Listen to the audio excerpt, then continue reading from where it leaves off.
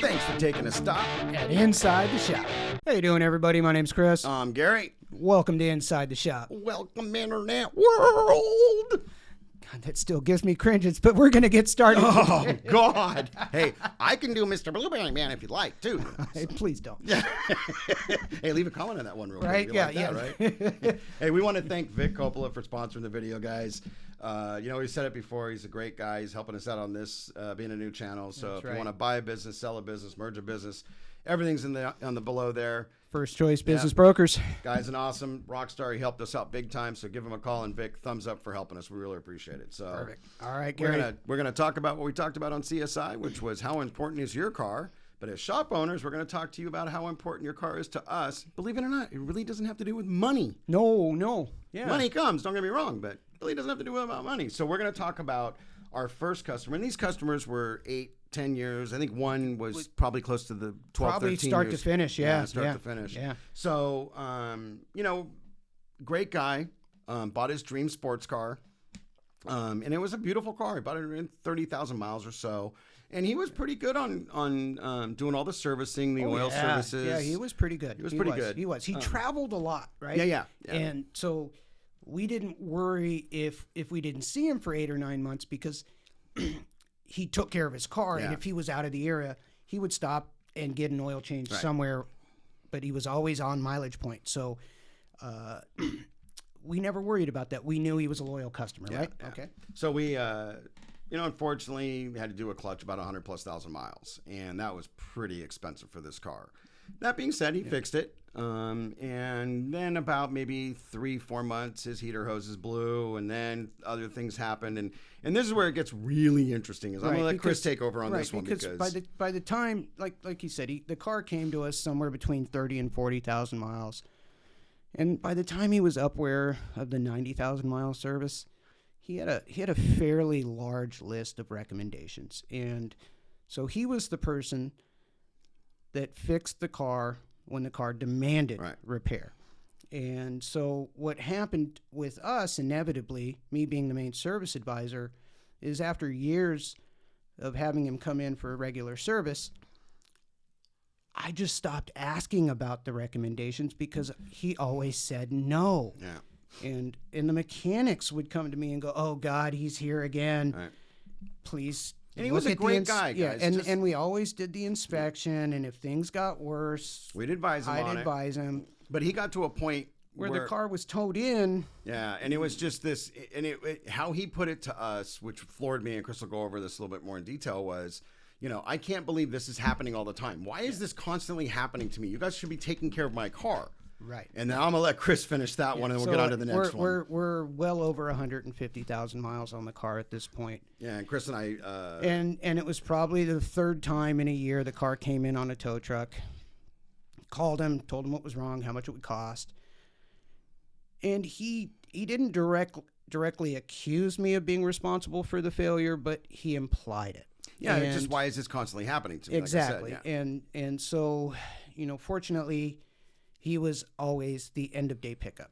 And so you and I got together, decided that we were going to stay after and talk with him a little bit, right? And so very last customer in, doors are locked, and it was like, look, man, we understand you're frustrated because your car is failing, but you kind of implied that it was our fault. And I want to show you something. I took out the work order that we had.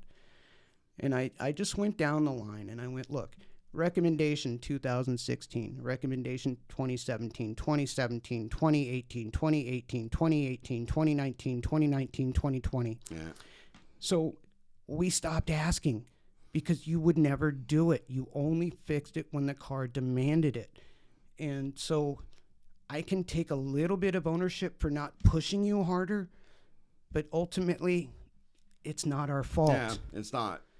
And we would tell him at Bill out, like, and you still have all this stuff. And he apologized. Yeah, that was a nice thing because he didn't know. He made an implication. Yeah. He really didn't know. And that comes down to where we said, hey, how important is your car, boss? Right. I mean, that's the thing. We're trying to we've said this before in episodes, and then we can move on because he did fix it. He did everything that we said. He kept the car there. We had it for 3 days and so forth. But it came down to this: is that we've always said this. We just want you to get in your car and start it and go. Let us worry about your car. Well, when you show no ownership to what we're trying to accomplish for you, after a while, we're human beings. We're gonna stop taking into that. We are going to service what you ask us to service, and that is it. But we're still going to look at it and advise you, right? Because there's liabilities on us. Exactly. But even at times, we would say, "Hey, dude, this is getting pretty sketchy." Right. Don't fix it. Yeah.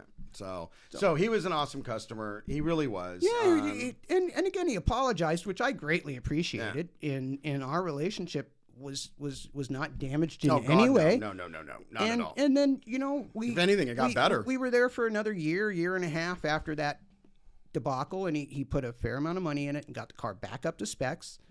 And it was a joy to see him all the time. Yeah. And he always came in. He'd bring us donuts and stuff too. Yeah. So he was a great guy. Yeah, he was a good guy. We enjoyed it.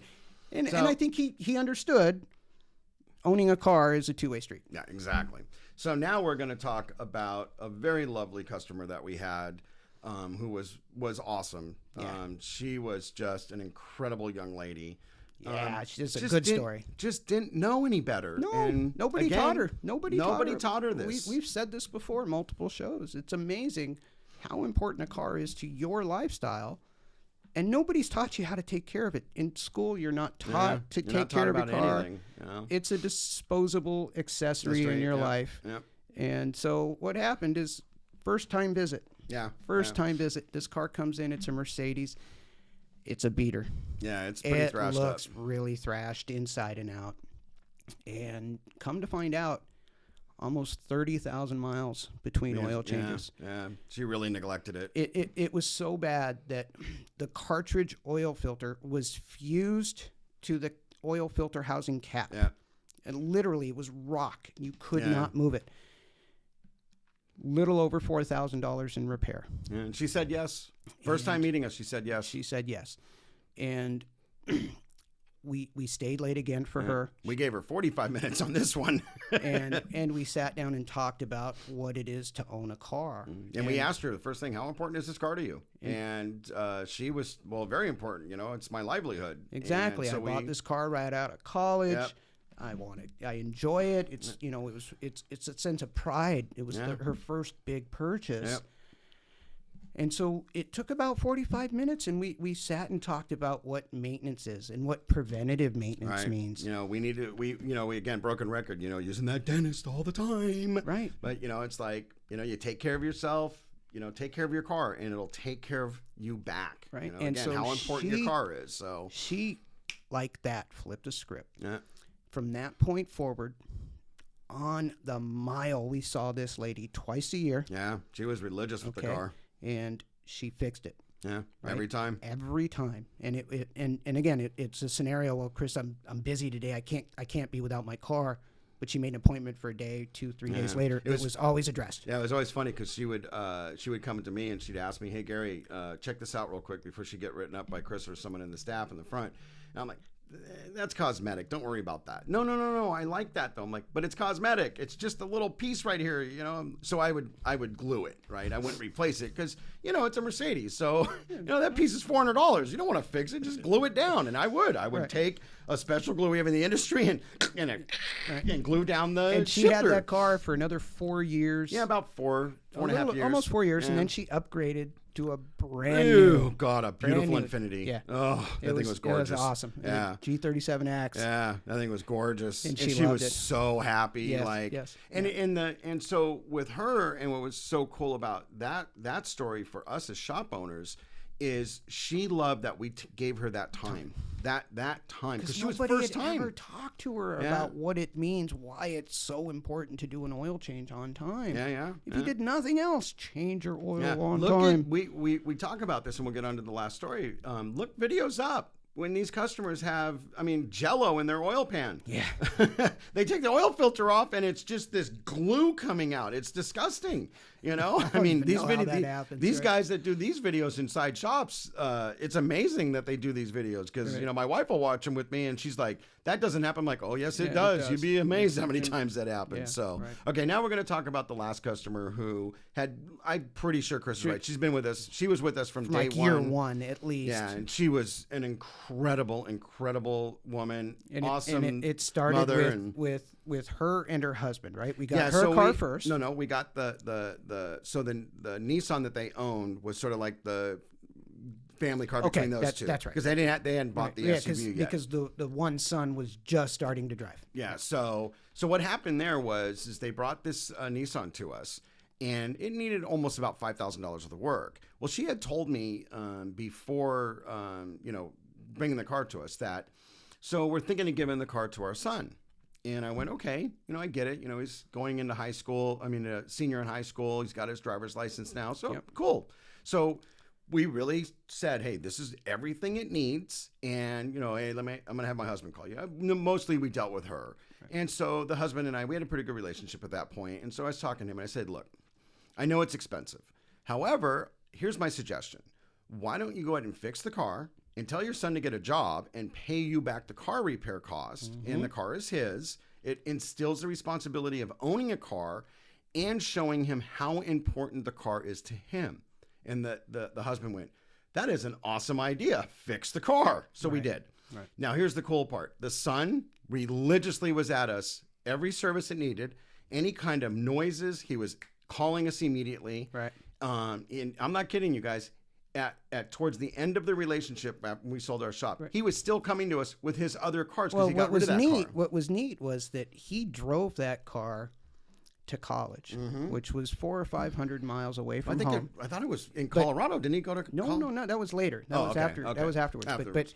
But the point being is that for a couple of years he was several hundred miles away from us, but he came home twice a year, religiously. Yeah. And that's when the car came to the shop because he was in college. He wasn't driving a mile. Right. And so he was doing 4,000, 5,000 miles every 6 months. Yep.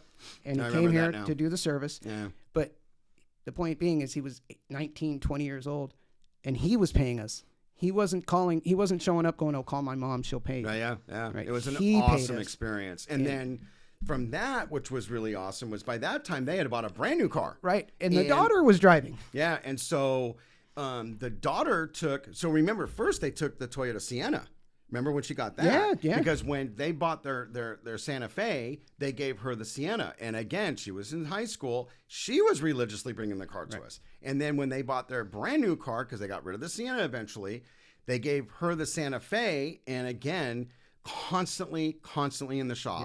Yep. They interacted with us. I'll tell you why they interacted with us. Because we know how important your car is to you. Yes. And this is the key factor of this upbeat kind of feeling that we get as shop owners. Don't get us wrong. It's about the money in a way. But however, it's the relationship building we're talking about. Thank you. Right? Because we spent the time to get to know them as a family. Exactly. As people, as individuals, and we knew how the car was used. Yes. And so once we knew that, we could give them better advice. Yes. And so they were always making an educated decision. And that was really important to the mom. Yeah, big time. She loved that we took the time to explain things to her. Yeah. And even to the kids made the comment, the same thing, is that I'm young, I don't know much. Yeah. And thank you for teaching me. And it was good for us when they listened. Yeah. And that's the big thing too, I think we take out of this is that when you have shop owners or just the manager or the service advisor that takes that time, and we've said this before, we had a thing with us when we started our business, which was very important. We never wanted to push our shopping cart in a store and go, that's the jerk that screwed us over in our car. We always had, hey, how you doing? Oh, by the way, this is my wife. You've never met her. And, da-da-da-da-da-da. That was a great experience to have. And then to have two young adults growing up and then getting married, starting a family, and bringing certain cars to us that their parents owned when they were teenagers. Right. That's an awesome experience for a shop owner. So again, this was how important your car was to us as shop owners. Right. And let me just real quick throw one last car in there. We had a young guy who was probably fresh out of college, and he had a Subaru WRX. And when it first came to us, it was a great car. The kid was with us for 4 or 5 years. Let me just say this. He was the epitome of a stoner. Yeah. I remember this guy. You could smell the car walk down the road. It smelled of pot so bad. Okay. And he was another guy that only fixed it when the car demanded repair. Yeah. And he blew the motor. And he pushed the car out of our parking lot a block down the street, and the car sat there for over a year before the city towed it. Yeah. So we don't always hit a home run with a customer, right? I mean, he was a good, loyal customer, right? Yeah, he was awesome. He was a great guy. I truly enjoyed knowing him and interacting with him, but it was funny because throughout that entire relationship with him, it was very clear his car was not important to him. Yeah. So, he was more important about getting stoned. I just thought don't do drugs, folks. I thought I'd throw one in where we didn't get a win. Yeah. I like that because I remember him. Yeah. We'll talk about a Prius owner one day, maybe. I don't know. Like, dude, stop bringing me your car with all this stuff in the car. But hey, folks, thanks for watching. Yes. We really appreciate it. Take time to subscribe, please. Yeah, leave a comment. The comments help the best. And sharing really helps. So, tickle the bell. It helps us. And you know what? Have a fabulous weekend, internet world, And it's like my brother hates it, internet world. Just be safe, guys. Right. Thanks a lot. Take care.